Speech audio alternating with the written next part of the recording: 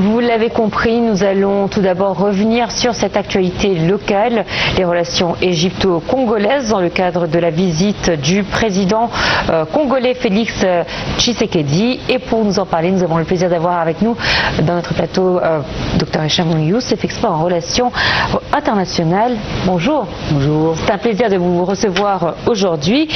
Alors, c'est vrai que l'Égypte entreprend depuis quelque temps une certaine stratégie de rapprochement avec ses voisins africains. Nous avons un renforcement des relations égypto-africaines. Aujourd'hui, comment se portent principalement les relations égypto-congolaises ? Bon, merci pour votre invitation. Et tout d'abord, il faut quand même regarder l'histoire entre l'Égypte et tous les pays africains. Depuis le début, depuis les années 60, l'Égypte a quand même investi énormément pour aider tous les pays africains en général, spécialement le pays du bassin de Nil, bien sûr. Et le Congo, c'est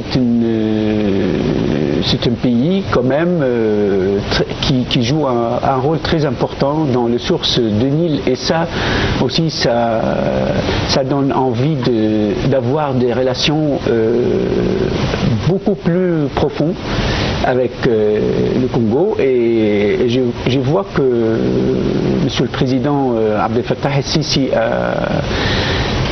pas commencé, mais ça a commencé il y a longtemps, mais est quand même concentré sur les relations avec tous les pays africains, parce que ça donne quand même l'occasion d'investir pour l'Égypte, pas au niveau politique seulement, mais au niveau d'économie, de développement. L'Égypte, elle a beaucoup de choses à donner pour tous les pays africains. Est-ce que c'est dû aussi au fait que l'Occident a changé sa vision ou son regard par rapport à l'Afrique? C'est-à-dire qu'avant, on parlait de race. Oui. Les Blancs qui colonisaient les Noirs. Oui. Aujourd'hui, ce continent est riche de par sa jeunesse, de par ses produits, de par sa richesse naturelle. Est-ce que géopolitiquement parlé, les choses ont changé, ce qui fait qu'il y a un certain renforcement qui se fait au vu d'un avenir complètement différent du passé? Je suis pas tout à fait d'accord avec vous. Et les choses elles sont changées, mais dans l'autre sens. C'est le pays africain qui commence à pousser. Justement, dans ce cas-là, on parle de la même chose. Oui, mais dans l'autre sens, là, oui. C'est les Africains qui commencent à pousser et compter sur eux-mêmes. Mais les Européens, les Occidentaux n'ont pas le même regard aujourd'hui. Oui, mais c'est compris. Mais je dis quand même, c'est mon point de vue personnel, et d'après tous les événements qu'on le voit partout en Afrique, soit dans le nord, dans le sud, est, ouest, les Africains commencent à débarrasser de toutes les pressions qui étaient mises sur eux depuis très très longtemps, et commencent quand même à respirer, d'avoir des relations avec l'Égypte. L'Égypte, ça fait partie de l'Afrique, et ça fait une partie quand même comme un minaret pour tous les Africains partout, à partir de l'Afrique du Sud jusqu'à le nord de l'Afrique. L'Égypte, c'est quelque chose, tout le monde admire, tout le monde regarde avec un regard d'admiration depuis très longtemps, et récemment quand même l'Égypte a vécu plusieurs situations difficiles et sorti parfaitement, et ça aussi ça donne l'impression pour tous les pays africains si je peux dire, suivi le modèle égyptien, ça sera très très bien pour eux. La géographie de l'Égypte aussi est un intérêt important pour le continent africain, c'est-à-dire qu'aujourd'hui, on doit passer par l'Égypte pour faire du commerce. La Chine, l'Europe, est-ce que effectivement les Africains voient en l'Égypte aussi, le reste de l'Afrique voit en l'Égypte une porte d'entrée vers l'autre? Je vais laisser tous les termes professionnels pour passer pourquoi les Africains préfèrent passer par l'Égypte. L'histoire, ça joue un rôle très important. L'Égypte, toujours, pour le pays africain, et pour eux, soit investir, soit exporter, soit faire du développement. Si je me souviens bien, dans les années 60 et les années 70, il n'y avait que les sociétés de construction égyptiennes qui vont en Afrique. Et il y a dans tous les domaines, le domaine de l'éducation, le domaine religieux, tout ça, ça a laissé des traces on ne peut pas effacer.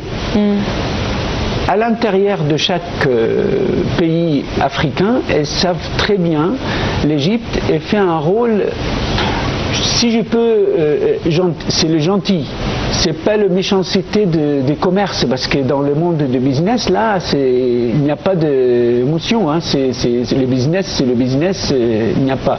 Mais à travers l'Égypte, quand même, les Africains trouvent un sort de confort. Au niveau de la diplomatie. La diplomatie, les commerces, dans tous les niveaux, dans tous les domaines, l'Égypte c'est la solution ou le choix le plus agréable pour les Africains. Et bien sûr qu'il y a énormément de choses à dire dans chaque domaine, mais quand même on dit en bref, en général, des informations sur l'Égypte par rapport aux Africains. Alors, vous l'avez très justement mentionné, il y a eu des progrès qui ont été réalisés dans le domaine de l'infrastructure, notamment grâce à des groupes et entreprises égyptiennes qui sont allés en Afrique pour construire des routes, pour construire des réseaux routières, des bâtiments, exactement. Tout ça, oui. Donc effectivement, il y a eu un partage d'expertise. Aujourd'hui également, l'Égypte se veut comme un allié principal dans le domaine des énergies. On peut dire quand même un partenaire. C'est pas un allié seulement, mais un partenaire, parce que l'Égypte a investi dans un certain pays africain aussi, dans le domaine des constructions des réseaux routiers, de développement, de l'électricité. Si on regarde par exemple les relations entre l'Égypte et le Congo, on arrive à avoir au moins 500 millions de dollars d'échanges de commerce entre le Congo et l'Égypte. C'est pas les sommes on peut imaginer, mais quand même il y a un mouvement aléatoire entre nous et une bonne relation. Et le rôle égyptien aussi d'aider un pays comme le Congo, d'avoir la stabilité et la paix, d'après les événements qui durent dans l'est du Congo aussi. Si on regarde en général, l'Égypte joue un rôle de gardien de la paix avec un certain pays. Justement, il y a des projets très ambitieux entre les différents pays européens depuis plusieurs années. Il y a eu des tracés de routes qui se sont faits. Il y a également des projets d'ouverture de lignes aériennes également pour pouvoir faciliter un petit peu la circulation et le tourisme interrégional. Néanmoins, vous l'avez mentionné, la stabilité n'est toujours pas là dans le continent africain. Comment devrions-nous, ou sur quoi devrions-nous travailler pour trouver cette stabilité? Renforcer le côté d'économie, parce que quand un pays est stable au niveau d'économie, tout ça vient après. Le problème ou le cause de la guerre entre une partie et l'autre partie, c'est toujours la pauvreté s'impose au milieu. Si on arrive à aider un pays pour développer et investir plus et élever le niveau social et tout ça, le reste, ça peut venir plus facilement. Et établir un réseau routier ou un réseau aérien pour faciliter tout ça, mais si on est dans un niveau social très très bas, on n'arrive pas à acheter de billets d'avion. On ne va pas arriver d'acheter de l'essence pour rouler avec soit des camions, soit des petites voitures. Mais le plus important, dans tous les projets que j'ai déjà vus dans le monde, il faut avoir deux éléments très importants. Les volontés politiques et les volontés populaires. Si les deux ils sont là, n'importe quel projet il peut être réalisé facilement et ça c'est mon point de vue là. Sur le plan économique, nous voyons l'avancée depuis quelque temps et même l'installation de la Chine dans le continent africain. Oui. Les Africains ont testé les Européens et les Américains, ça n'a pas vraiment marché, oui. Puisque c'était plus, ce n'était pas un échange, mais c'était vraiment un profit. Exact. Aujourd'hui, il y a la Chine. Est-ce que la Chine pourrait être un moyen pour le continent africain de justement lutter contre cette pauvreté dont vous étiez en train de parler ? De améliorer les situations, oui, je suis tout à fait d'accord. La Chine, elle peut jouer un rôle très important parce que dans la culture chinoise, c'est pas une culture de colonialisme. C'est une culture de participer, d'être le partenaire. Et jusqu'à maintenant, on n'a jamais vu que la Chine a envie de coloniser quoi que ce soit. Mais depuis quelques années, la Chine elle a fait un saut énorme au niveau de l'industrie, l'économie, des relations internationales aussi. La Chine, c'est un pays très très calme, très raisonnable. Très pacifique. Elle participe, elle investit avec beaucoup de pays africains. Bien sûr qu'elle profite quand même de la présence de toutes les choses, les minéraux, les matériaux, les matières premières aussi pour leur industrie, parce que la Chine a besoin beaucoup énorme de choses aussi pour continuer leur production. Et moi je suis tout à fait d'accord avec vous, la Chine elle peut jouer un rôle quand même très important d'améliorer le niveau social en Afrique, partout en général. Alors, c'est une ouverture à notre second sujet, celui sur la reprise des frappes entre les États-Unis et l'Iran. Depuis 2 jours, effectivement, les frappes ont repris entre les deux parties et les ripostes s'enchaînent. L'Égypte a condamné avec la plus grande fermeté les attaques iraniennes répétées contre la Jordanie, Bahreïn et le Koweït, les qualifiant de violations flagrantes de leur souveraineté et de menaces pour la stabilité régionale. Un compte rendu, on se retrouve tout de suite après. Cette opération présentée par Washington comme une réponse à des actions hostiles visant les forces américaines dans la région marque une nouvelle étape dans la confrontation entre les deux pays et suscite des inquiétudes quant à un éventuel embrasement régional. Selon les autorités américaines, les frappes ont ciblé des sites de défense aérienne, des systèmes de surveillance et des infrastructures de commandement iraniennes. Le Pentagone a affirmé que ces opérations visent à réduire les capacités militaires de Téhéran et à protéger les forces américaines déployées au Moyen-Orient. De son côté, l'Iran a dénoncé une agression flagrante et promis de répondre à toute nouvelle attaque. Téhéran a revendiqué plusieurs tirs de missiles et de drones contre des installations militaires américaines situées dans différents pays du Golfe.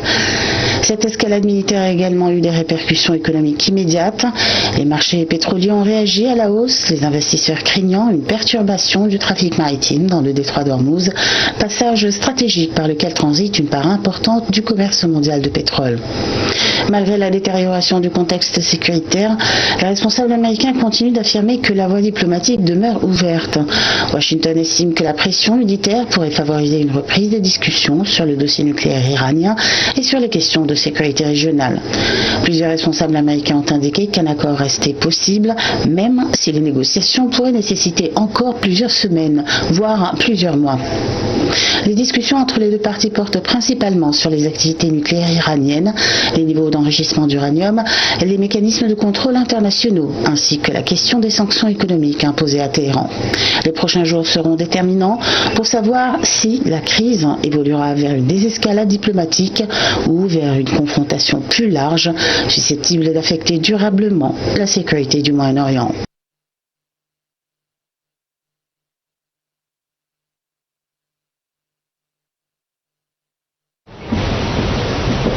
Voilà, alors je vous disais avant le sujet, les frappes ont repris donc entre les États-Unis, Israël aussi, oui. et l'Iran.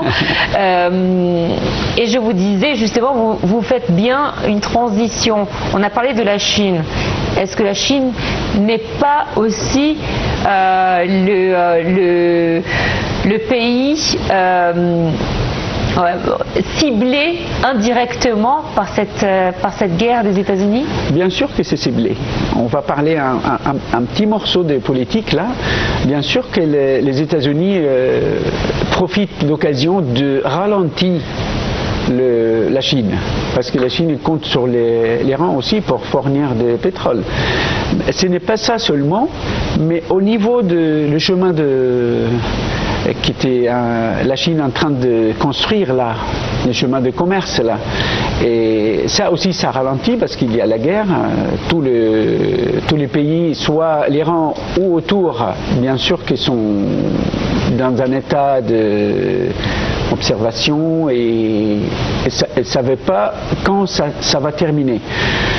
Et moi, d'après tout ce que les nouvelles qu'on le regarde et on le reçoit, les États-Unis cherchent une façon de comment on peut sortir de cette guerre, la tête haute. Mais elle le peut? Non, elle cherche de trouver une façon pour terminer cette guerre, mais pour dire ça y est, c'est la victoire, c'est à nous et on a fait tout ce qu'on doit le faire. Mais jusqu'à aujourd'hui, il n'y a pas de texte qui explique ou qui nous a montré que la guerre contre l'Iran a amené vers quelque chose. Sachant que la guerre a été déclenchée alors même qu'ils avaient trouvé une solution. On était en pleine négociation. Exactement. Et elles allaient dans le bon sens. C'est une négociation et on va trouver un accord et tout ça, et c'est les États-Unis et Israël commencent à frapper comme des fous. Les Iraniens ont quand même perdu toute la confiance d'établir de nouveaux négociations. Parce que normalement, si on est ensemble dans la même salle comment dirais-je, de négociations, et l'autre partie frappe. Chez moi, c'est pas quand même les États-Unis pour construire un pont de confiance encore avec l'Iran, ça sera très très difficile. Et c'est ça qui met les négociations en difficulté, parce que les Iraniens, chaque fois, les Américains ils disent quelque chose, et le lendemain, toutes les conditions ont disparu. Les conséquences prennent de l'ampleur, étant donné que l'Iran riposte, mais riposte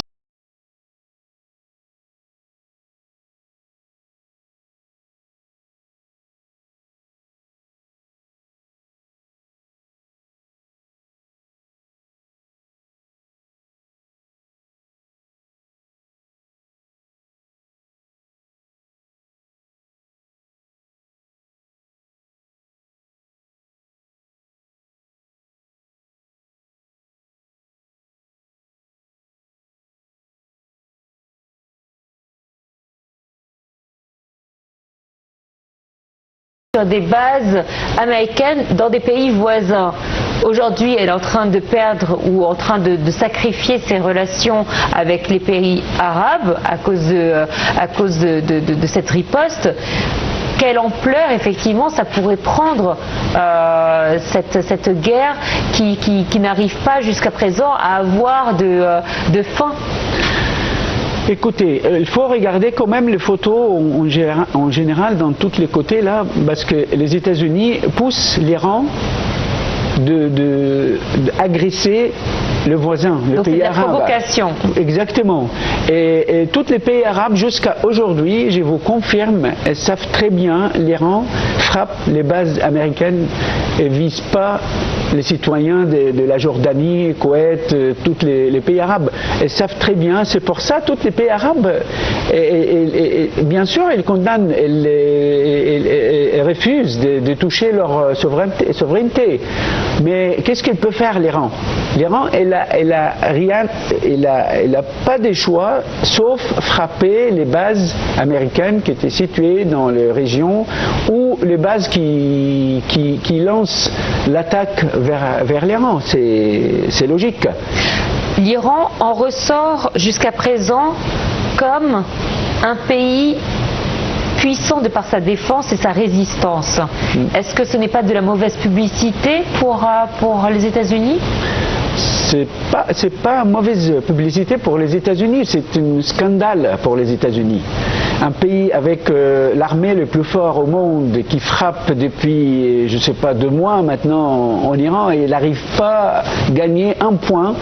Et le contraire, la situation est devenue beaucoup plus compliquée avec les fermetures de Hormuz. Avant la guerre, elle était ouverte pour tout le monde, c'était libre pour tous les pays de Golfe là. Mais après la guerre israélo-américaine contre l'Iran, là, il y a énormément de choses qui étaient devenues très très compliquées. Le détroit de Hormuz est fermé, les relations avec plusieurs pays quand même avoir une tension précise. Bien sûr que nous, on aimerait bien arrêter tout ça et commencer une négociation, mais avec, moi j'imagine, on a besoin d'un 3e ou 4e ou 5e parti d'assister dans les négociations parce que entre les États-Unis et l'Iran directement ou avec un 3e parti, ce n'est pas assez. Je vois que les Nations Unies doit jouer un rôle quand même dans les négociations, j'espère. Est-ce que cette 3e partie ne serait pas cette alliance russo-chinoise? Nous avons, si on constate un petit peu les démarches américaines depuis la prise de fonction de Donald Trump pour son 2e mandat, nous allons voir qu'il a attaqué le Venezuela, puis ensuite le Groenland, puis ensuite Cuba et aujourd'hui l'Iran. Ces 4 pays ont un point en commun, la Chine. Mais normalement, ça nous donne quand même l'idée que la Chine était visée depuis le début. Donc, est-ce qu'elle pourrait intervenir indirectement? C'est-à-dire que, d'après les chiffres, le commerce est bon entre la Chine et les États-Unis. Les États-Unis, oui. Est-ce qu'aujourd'hui, ce ne serait pas sa carte? On l'a dit, elle est pacifique, elle n'a pas d'ambition guerrière, mais elle pourrait jouer sa meilleure carte, c'est-à-dire l'économie. Bon, si vous me permettez de déclarer mon point de vue personnel. Je vous en prie, vous avez toute une tribune. La Chine, quand même, elle regarde jusqu'à le moment qu'elle va avoir des difficultés. Elle regarde seulement, ça ne le regarde pas. Les États-Unis, il a fait ça avec le Venezuela, il a fait ça réclamer d'avoir Greenland et avec Cuba et Panama aussi. Mais la Chine regarde avec beaucoup de sagesse qu'est-ce que ça va donner. Parce que jusqu'à aujourd'hui, la Chine, compte tenu de leur production et leur business, ça va, c'est très bien. Le moment que ça va toucher, ou ça va ralentir, ou ça va mettre un obstacle, on va voir une autre réaction de la Chine. Aujourd'hui, si la Chine ferme le robinet, est-ce que ça aura des conséquences mondiales importantes ? Surtout sur tous les pays qui comptent sur la production chinoise. Donc la plupart du monde là. Donc finalement la Chine, même si elle n'a pas d'ambition politique, ses ambitions économiques sont tout aussi importantes que politiques. Je peux considérer plus importantes que politiques aussi. C'est logique et la Chine elle a joué le rôle le plus gentil là, avec l'économie, pas avec la guerre, pas avec les armes, mettre des soucis partout dans tous les pays voisins et à la place des autres là. Mais la Chine elle a choisi le chemin qui amène vers le mieux. C'était le plus long. Le plus long, mais c'est sécurisé, c'est bien pour tout le monde, parce que même dans le pays le plus petit au monde, là, il y a quand même des articles chinois chez eux. C'est partout, la Chine existe chez tout le monde, fortement, ou moyennement, elle existe partout. Le monde est prêt à changer de première puissance mondiale ? C'est pas un choix, c'est une obligation. C'est pas nous qui choisissons on va aller où exactement. Mais nous sommes préparés. Mais nous sommes préparés d'y aller parce que normalement c'est une question des continuations pour tout le monde. Là, comment on va continuer, mais pas avec qui. Mais est-ce qu'on va continuer de vivre mieux en mieux ou on va voir des problèmes. C'est ça qui gêne tout le monde là. Docteur Hesham Youssef, ça a été un plaisir de vous avoir avec nous sur notre plateau. Je rappelle que vous êtes expert en relations internationales. Merci infiniment. Merci à vous. Merci beaucoup. Merci. Allez, tout de suite, donc il est tout juste 11h. Nous avons